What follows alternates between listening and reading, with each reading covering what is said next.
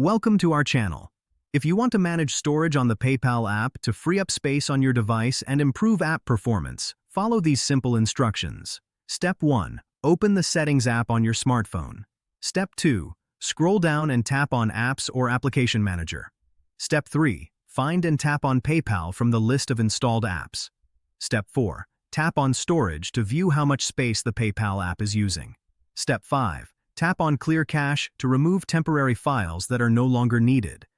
This will not delete your account data or transaction history. Step 6. If the app is still using too much space, tap on Clear Data to reset the app to its default state.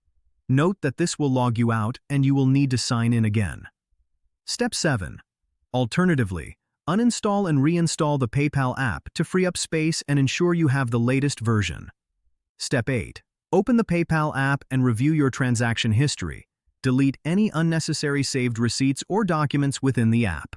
Step 9. Enable cloud storage for receipts and documents instead of storing them locally on your device. Don't forget to like this video and subscribe to our channel.